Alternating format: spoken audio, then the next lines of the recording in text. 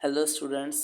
इस वीडियो में हम पढ़ेंगे role of restriction endonucleases and ligase in gene cloning. तो जीन क्लोनिंग का प्रोसेस जो हमारा है वो कंटिन्यू है। इसमें हम डिस्कस कर रहे हैं कि इसमें एंजाइम्स का क्या रोल है। जैसे कि हमने कहा कि रेस्ट्रिक्शन एंडोन्यूक्लियसेस वो एंजाइम होते हैं जो डीएनए के फ्रेगमेंट को काटते हैं, और लाइगेज वो एंजाइम होते हैं जो कि डीएनए के फ्रेगमेंट्स को जोड़ने का काम करते हैं। यानी कि हमारा जो जीन ऑफ इंटरेस्ट है उसको काटना और उसको जोड़ना, ये जो काम है ये एंजाइम्स की हेल्प से होता है। और उन एंजाइम्स का हमारी पूरी जीन क्लोनिंग के अंदर क्या क्या रोल है, वो किस तरह से रोल प्ले करते हैं, ये हम इस वीडियो में डिस्कस करने वाले हैं।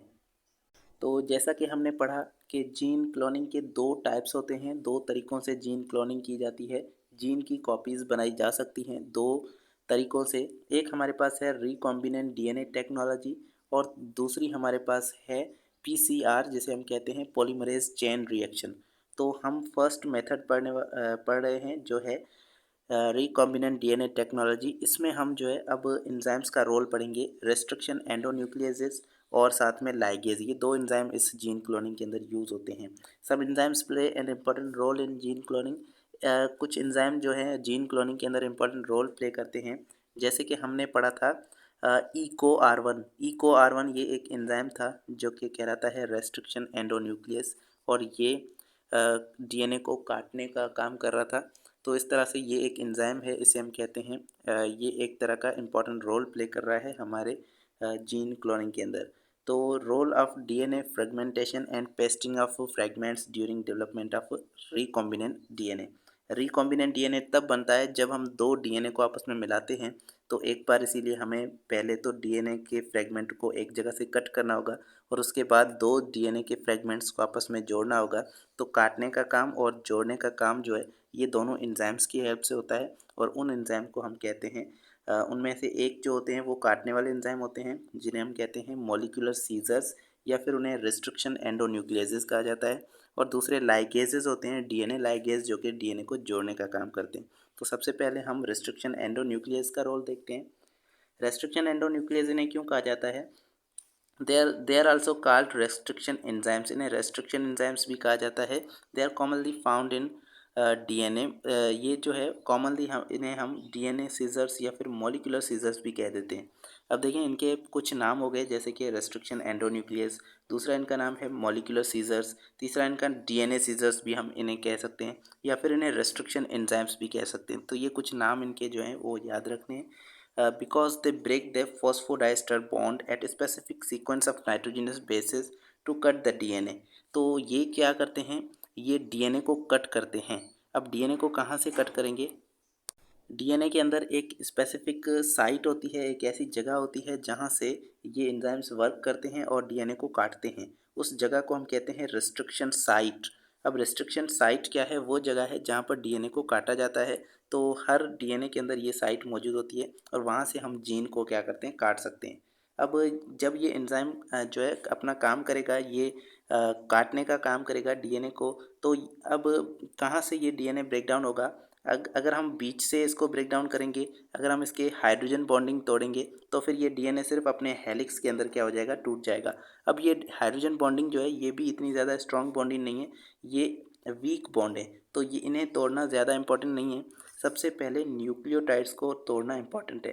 तो न्यूक्लियोटाइड्स को तोड़ने के लिए न्यूक्लियोटाइड्स के बीच में जो बॉन्ड होता है, आपको पता है एक न्यूक्लियोटाइड और दूसरे न्यूक्लियोटाइड के बीच में जो बॉन्ड होता है उसे हम कहते हैं फास्फोडाइस्टर बॉन्ड। तो यहाँ पर फास्फोडाइस्टर जो बॉन्ड है, इस बॉन्ड को तोड़ने के बाद जो है डीएनए आपस में अलग होता है। तो इसीलिए इस बॉन्ड को तोड़ते हैं ये एंजाइम, मतलब कि फास्फोडाइस्टर बॉन्ड को यहाँ से तोड़ा जाता है। और एक जगह से जब फास्फोडाइस्टर बॉन्ड तोड़ते हैं, तो फिर दूसरी जगह से भी यहाँ से फास्फोडाइस्टर बॉन्ड टूटेगा, और उसके बाद दूसरी जगह पर भी एक कट लगाएंगे, यहाँ पर भी फास्फोडाइस्टर बॉन्ड तोड़ेंगे दोनों स्ट्रैंड में से, तब जाके ये वाला फ्रेगमेंट जो डीएनए का है ये अलग हो जाएगा। तो इस तरह से ये डीएनए की कटिंग होती है। डीएनए की फ्रेगमेंट जो है वो किस तरह से होंगे, वो यहाँ पर फॉस्फोडाइस्टर बॉन्ड को काटने का काम करते हैं। न्यूक्लियोटाइड्स के बीच में ये बॉन्ड जो है वो टूटता है, तब जाके यहाँ पर डीएनए का एक फ्रेगमेंट जो है वो अलग हो जाएगा।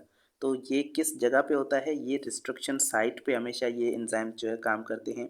और रिस्ट्रिक्शन साइट वो जगह है जहाँ से काटा जाता है। तो अब रिस्ट्रिक्शन साइट को भी आगे हम देखते हैं, उससे पहले naturally these enzymes are synthesize in bacteria. ये नेचुरली जो ये एंजाइम मिलते हैं वो हमें बैक्टीरिया के अंदर मिलते हैं। इंसान के अंदर ये नेचुरली सिंथेसाइज नहीं होते हैं। इंसान के अंदर हम इनको जो है अप्लाई कर सकते हैं, बैक्टीरिया से इसको हम एक्सट्रैक्ट कर सकते हैं। नेचुरली ये एंजाइम बैक्टीरिया के अंदर बनते हैं as defence protein to cut the DNA of invader. Bacteria के अंदर क्या होता है, जब कोई वायरस वगैरह आ जाता है तो वो एक तो बैक्टीरिया का डीएनए होता है और उसके अंदर वायरस का डीएनए भी क्या हो जाता है, मिक्स हो जाता है। तो जब बैक्टीरिया के अंदर वायरस का डीएनए मिक्स हो जाता है तो बैक्टीरिया के अंदर कुछ ऐसे प्रोटीन्स हैं, कुछ ऐसे एंजाइम्स हैं जो कि जाके उस डीएनए को काटने का काम करते हैं, उसको तोड़ने का काम करते हैं, ताकि बैक्टीरिया उसके असर से, उसके नुकसान से जो है वो बच जाए। तो वो वाला फ्रेगमेंट जो डीएनए का है वो काट देते हैं ये बैक्टीरिया के अंदर मौजूद एंजाइम्स, और इसीलिए बैक्टीरिया के अंदर ये नेचुरली एक एडाप्टेशन के तौर पे ये एंजाइम्स जो है वो डेवलप हुए हैं। तो इस तरह से बैक्टीरिया के अंदर ये क्या कर रहे हैं, पैथोजेंस जो भी बैक्टीरिया के अंदर इंटर हो रहे हैं उनकी एक्टिविटी को ये रिस्ट्रिक्ट कर रहे हैं, मतलब कि उनकी एक्टिविटी को रोक रहे हैं। इसीलिए इन एंजाइम्स को रिस्ट्रिक्शन एंजाइम्स कहा गया है। अब ये आपसे पूछा जा सकता है कि रिस्ट्रिक्शन एंजाइम क्यों कहा जाता है इन एंजाइम्स को। अब इन एंजाइम्स को रिस्ट्रिक्शन एंजाइम इसलिए कहा जाता है क्योंकि ये बैक्टीरिया के अंदर पाए जाते हैं और बैक्टीरिया के अंदर ये क्या करते हैं, रिस्ट्रिक्ट करते हैं पैथोजेनिक एक्टिविटी को। पैथोजेनिक जो भी डीएनए होता है, जो भी बैक्टीरिया के लिए खतरनाक डीएनए होता है, नुकसान का डीएनए होता है, उस डीएनए को ये काटने का काम करते हैं। इसीलिए ये उनकी एक्टिविटी को क्या करते हैं, रिस्ट्रिक्ट करते हैं, उनकी एक्टिविटी को रोक देते हैं। पैथोजेनिक डीएनए की एक्टिविटी को रोकने का काम करते हैं, इसीलिए इन्हें इनका जो नाम है वो रिस्ट्रिक्शन एंजाइम रखा गया है। अब ये बात समझ में आ गई कि इन्हें रिस्ट्रिक्शन एंजाइम्स क्यों कहा जाता है। अब एंडोन्यूक्लियाजेज एंजाइम इन्हें इसलिए कहा जाता है क्योंकि ये डीएनए के अंदर न्यूक्लियोटाइड के बीच में जो बॉन्ड है उसको तोड़ते हैं। तो जब एक तरह के एंजाइम होते हैं जिन्हें हम कहते हैं एक्सोन्यूक्लियेज एंजाइम, वो क्या करते हैं, वो डीएनए को तोड़ते हैं, डीएनए की डाइजेस्ट करते हैं डीएनए को, और कहाँ से एक एंड से वो स्टार्ट होंगे और उसके बाद उसको डाइजेस्ट करते जाएंगे, पूरे डीएनए को जो है वो फ्रेगमेंट्स के अंदर तोड़ते जाएंगे और सीक्वेंस के अंदर उसको पूरे डीएनए को अंदर तोड़ देंगे। लेकिन अगर एक ऐसा एंजाइम जो कि उसको डीएनए को किसी खास सीक्वेंस से बीच में से अगर काट रहा है, बीच में से अगर तोड़ रहा है डीएनए को, तो वो एंजाइम एंडोन्यूक्लियस कहलाता है, क्योंकि एंडो वर्ड शो कर रहा है कि वो कहीं से बीच में किसी खास सीक्वेंस में से उस डीएनए को तोड़ रहा है। अगर वो एंजाइम बाहर से सीक्वेंस में से बिना किसी सीक्वेंस की मतलब कि बिना किसी खास जगह के वो अगर तोड़ रहा है, उस डीएनए को डाइजेस्ट कर रहा है, तो वो एक्सोन्यूक्लियस कहलाएगा। लेकिन एंडोन्यूक्लियस वो है जो किसी खास सीक्वेंस से एंजाइम्स को तोड़े, मतलब कि किसी खास सीक्वेंस डीएनए के अंदर मौजूद होगी, एक जैसे कि रिस्ट्रिक्शन साइट है, इस पर खास एक ऐसी सीक्वेंस मौजूद होगी जिसको ये एंजाइम्स पहचानेंगे, फिर वहाँ से डीएनए को डाइजेस्ट करेंगे, तो इसीलिए इनको एंडोन्यूक्लियस कहा जाता है। अब ये जो रिस्ट्रिक्शन साइट होती है, ये एंजाइम उसके आसपास तोड़ते हैं, बॉन्ड तोड़ते हैं। कौन सा बॉन्ड? Phosphodiester bond. और डीएनए जो है वो कट जाएगा वहाँ से और डीएनए के फ्रेगमेंट बन जाएंगे, डीएनए अलग हो जाएगा। इस जगह को रिस्ट्रिक्शन साइट कहा जाता है और इस जगह पर एक ख़ास किस्म की सीक्वेंस होती है जिसे हम पैलिंड्रोमिक सीक्वेंस कहते हैं। अब पैलिंड्रोमिक सीक्वेंस से क्यों कहा जाता है? क्योंकि इसके अंदर अगर आप देखेंगे तो ये एक ऐसी सीक्वेंस है जो कि 4 से 8 नाइट्रोजनस बेसिस की सीक्वेंस होती है और इसके अंदर न्यूक्लियोटाइड्स कुछ इस तरह से अरेंज होते हैं कि अगर आप उसको रिवर्स ऑर्डर में भी देखें तो वो जो है वो आपको वही न्यूक्लियोटाइड सीक्वेंस मिलेगी। रिवर्स ऑर्डर में भी आपको सेम न्यूक्लियोटाइड सीक्वेंस मिले, ऐसी जगह को हम कहते हैं क्या? ऐसी जगह को पैलिंड्रोमिक सीक्वेंस कहा जाता है। तो यहाँ पर अगर ये खास सीक्वेंस अगर आप देखें तो यहाँ पर आप अगर एक स्ट्रैंड के अंदर देखें तो यहाँ पर सीक्वेंस मिल रही है GAATTC। तो ये सीक्वेंस है GAATTC इस डायरेक्शन के अंदर। अगर आप इसके अपोजिट स्ट्रैंड के अंदर देखेंगे तो ये सीक्वेंस आपको रिवर्स में नज़र आएगी। अब किस तरह से? यहाँ पर देखें CTTAAG। तो ये अगर आप देखें तो ये अपोजिट सीक्वेंस आपको नज़र आ रही है इस तरह से, मतलब कि यहाँ पर था GAATTC और यहाँ पर है CTTAAG। इसके बिल्कुल रिवर्स यहाँ पर जो है सीक्वेंस जा रही है, ऐसी सीक्वेंस को हम कहते हैं पैलिंड्रोमिक सीक्वेंस। अगर आप इसको यहाँ से पढ़ें और इसको यहाँ से पढ़ें तो दोनों सीक्वेंस क्या होंगी, सेम होंगी। जैसे कि GAATTC और यहाँ से GAATTC, मतलब कि सेम सीक्वेंस आ रही है, रिवर्स ऑर्डर में ये सीक्वेंस आ रही है। इस ऐसी सीक्वेंस को पैलिंड्रोमिक सीक्वेंस कहा जाता है और रिस्ट्रिक्शन साइट पर ये सीक्वेंस मौजूद होती है। इसीलिए एंजाइम्स इस सीक्वेंस को जो है यहाँ से काटेंगे और दूसरा कट यहाँ से लगेगा, ताकि यहाँ पर इस तरह से ये जो है वो DNA अलग हो जाएंगे और आपको जो एंड्स देखने को मिलेंगे वो कुछ इस तरह से यहाँ पर आपको एंड देखने को मिलेंगे। अब देखें यहाँ से एक कट यहाँ से लगा है G के पास और दूसरा कट इस वाली G के पास लगा है। अब देखें ये एंजाइम्स आपस में फिर से जुड़ने की कोशिश कर रहे होंगे, इसीलिए यहाँ पर जो एंड बने हैं, ये जो एंड है इस एंड को हम कहते हैं स्टिकी एंड्स। ये दोनों स्टिकी एंड बने हैं, मतलब कि चिपकू आपस में फिर से ये बॉन्डिंग बनाने की कोशिश कर रहे हैं, हाइड्रोजन बॉन्ड आपस में फिर से रीस्टोर होने की कोशिश कर रहे हैं। लेकिन यहाँ पर जो फॉस्फोडाइस्टर बॉन्ड थे वो टूट चुके हैं, हाइड्रोजन बॉन्डिंग वो खुद वीक बॉन्डिंग है, इसीलिए वो खुद से टूट चुकी है। तो यहाँ पर जो एंड बने हैं ये एंड कहलाते हैं। कौन से एंड? ये स्टिकी एंड्स कहलाते हैं। तो जब भी एंडोन्यूक्लियस यहाँ पर अटैक करेगा, एंडोन्यूक्लियस यहाँ पर आकर तोड़ेगा सीक्वेंस को, तो वो आके पैलिंड्रोमिक सीक्वेंस पर आकर तोड़ेगा और पैलिंड्रोमिक सीक्वेंस पर क्या होती है, रिवर्स अरेंजमेंट मौजूद होती है न्यूक्लियोटाइड्स की। और जब रिस्ट्रिक्शन एंजाइम्स यहाँ से क्या करते हैं, स्टिकी एंड्स यहाँ पर बनाते हैं। अब ये स्टिकी एंड हर एंजाइम नहीं बनाते, कुछ एंजाइम ऐसे होते हैं जो कि यहाँ पर स्टिकी एंड्स बनाते हैं और कुछ एंजाइम ऐसे होते हैं जो कि यहाँ पर ब्लंट एंड बनाते हैं। ब्लंट एंड, ये दूसरा वर्ड यहाँ पर आ रहा है। ब्लंट एंड का मतलब है कि वहाँ पर वो ऐसे एंड होंगे जो कि आपस में फिर से दोबारा मिलेंगे नहीं। अगर आप इसको यहाँ से काट दें तो फिर यहाँ पर ये दो एंड इस तरह से अलग हो जाएंगे और उसके बाद ये आपस में इनकी बॉन्डिंग जो है वो रिस्टोर नहीं होने लगेगी, आपस में स्टिक नहीं होंगे वो, और ऐसे एंड को ब्लंट एंड कहा जाता है। तो स्टिकी एंड भी बना सकते हैं एंजाइम्स और ब्लंट एंड भी ये एंजाइम्स बना सकते हैं। कुछ एंजाइम्स स्टिकी एंड बनाते हैं जबकि कुछ एंजाइम्स इनके अंदर ब्लंट एंड बनाते हैं। तो अब यहाँ पर रेस्ट्रिक्शन एंडोन्यूक्लियस जब भी अटैक करेगा तो वो यहाँ पर स्टिकी एंड्स बना देगा और उसके बाद ये जो है ये स्टिकी एंड्स ये जाकर उस प्लाज्मिड के अंदर मौजूद स्टिकी एंड के साथ जाके स्टिक हो जाएंगे, चिपक जाएंगे।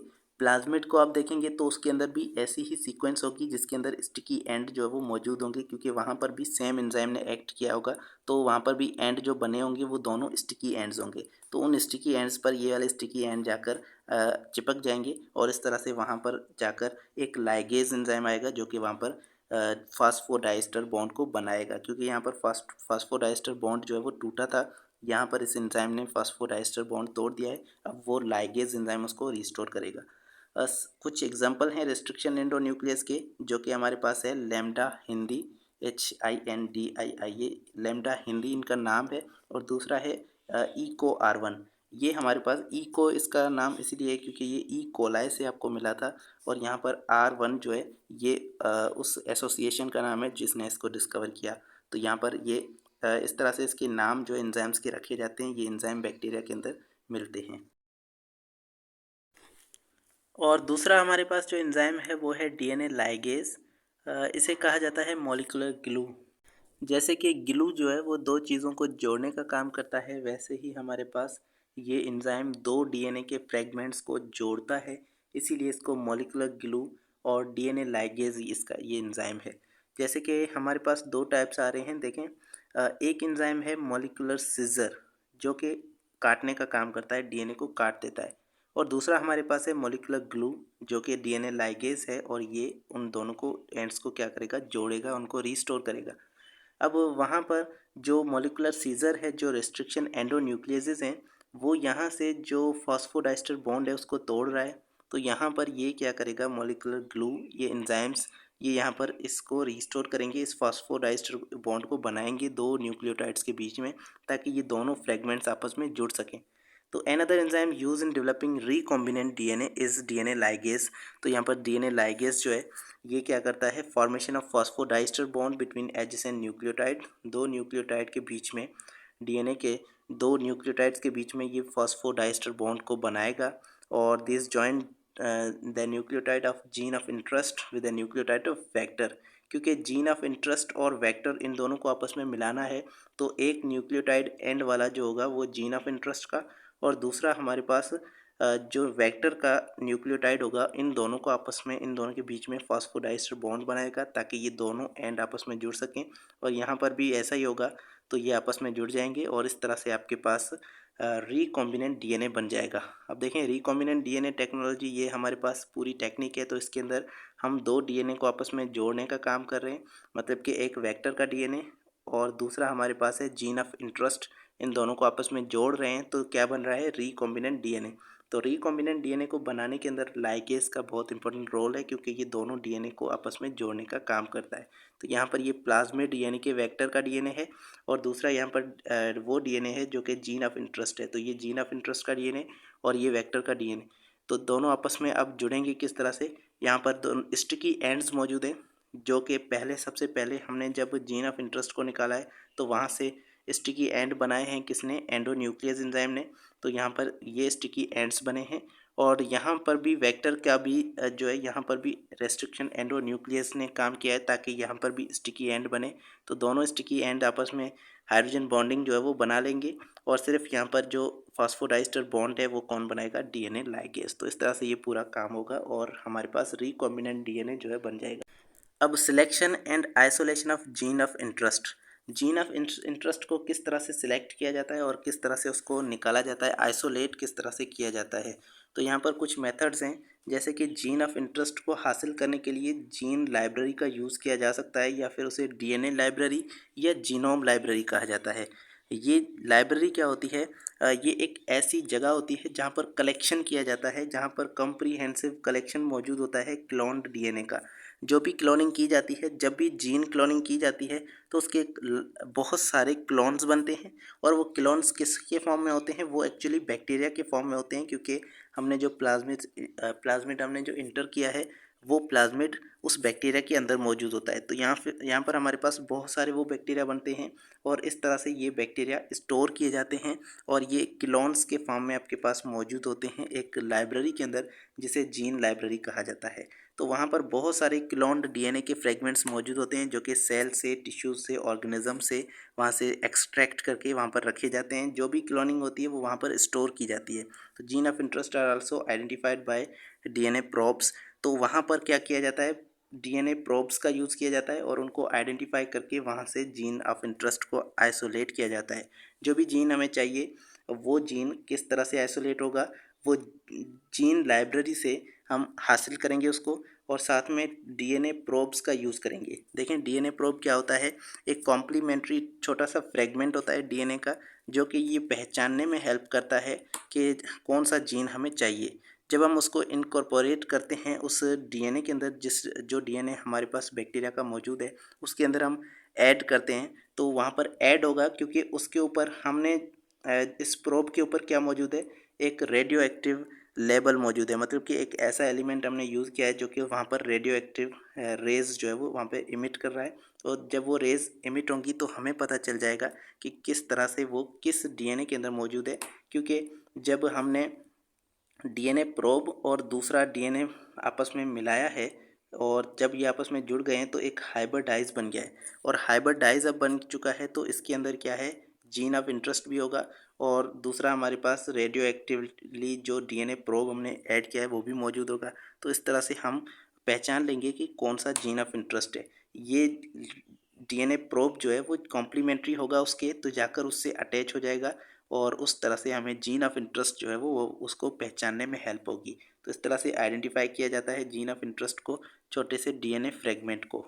डीएनए प्रोब का काम सिर्फ यही है कि ये हेल्प करता है आइडेंटिफिकेशन के अंदर, सिर्फ हमें उस जीन ऑफ इंटरेस्ट को पहचानने में हेल्प करता है। उसके बाद after identification fragment of DNA is cut by restriction enzyme, उसके बाद हम रेस्ट्रिक्शन एंजाइम से उस फ्रेगमेंट को कट कर देते हैं जिसको डीएनए प्रोब हाईलाइट कर देता है। तो these fragments are isolated by gel electrophoresis. तो हमारे पास उसके बाद एक टेक्निक होती है जेल इलेक्ट्रोफोरेसिस, जिसमें एक मशीन होती है जिसे इलेक्ट्रोफोरेसिस मशीन कहा जाता है। उसको जो है हम यूज़ करते हैं, उसके अंदर जेल एक मौजूद होती है, एक सॉल्यूशन मौजूद होता है, और उसके बाद उसके अंदर हम इन फ्रेगमेंट्स को डालते हैं ताकि वो सेपरेट कर सके। तो ये एक सेपरेशन मशीन है जो कि छोटे से डीएनए के फ्रेगमेंट्स को सेपरेट करती है ऑन द बेसिस ऑफ के चार्जेस मौजूद हैं उन पे। तो चार्जेस जो मौजूद होती हैं उन चार्जेस के बेसिस पर वो क्या करते हैं, उसको सेपरेट कर देते हैं। इलेक्ट्रिसिटी जब उस सॉल्यूशन में से पास होगी तो कुछ उसमें से जो है वो सेपरेट हो जाएंगे, कुछ उसमें फ्रेगमेंट्स डीएनए के सेपरेट हो जाएंगे। तो जेल इलेक्ट्रोफोरेसिस की टेक्निक यूज़ की जाती है सेपरेट करने के लिए, और या फिर इन क्लोन्स को जो है वो हासिल किया जाता है पीसीआर मेथड से, तो वहाँ पर इन सेपरेशन की ज़रूरत नहीं होती। Isolated gene can be cloned into vector. अब आइसोलेटेड जो जीन है उसको हम वेक्टर के अंदर डालते हैं और उसके बाद वेक्टर जो है वो रेडी होता है, हम उसको बैक्टीरिया के अंदर इंसर्ट कर देते हैं और बहुत सारे क्लोन्स उस बैक्टीरिया के बन जाते हैं, तो उनको वेरियस एप्लीकेशन के अंदर यूज़ किया जाता है। रिकॉम्बिनेंट डीएनए टेक्नोलॉजी को जो है हमने पूरा उसका प्रोसेस मेथड पढ़ लिया है पिछली वीडियो में। अगर आपने वो वीडियो नहीं देखी तो वो उसको जाकर देख सकते हैं। तो यहाँ पर हमारे पास जीन ऑफ इंटरेस्ट को भी हमने डिस्कस किया कि किस तरह से जीन ऑफ इंटरेस्ट को सिलेक्ट किया जाता है और किस तरह से हमारे पास एंजाइम्स जो है वो वर्क करते हैं इस प्रोसेस के अंदर। साथ में नेक्स्ट वीडियो में हम रोल ऑफ वेक्टर को पढ़ेंगे कि वेक्टर किस तरह का होता है और कौन कौन सा जो मॉलिक्यूल है वो वेक्टर बन सकता है, तो उसको हम नेक्स्ट वीडियो में डिस्कस करेंगे। Thank you so much. अल्लाह हाफिज़।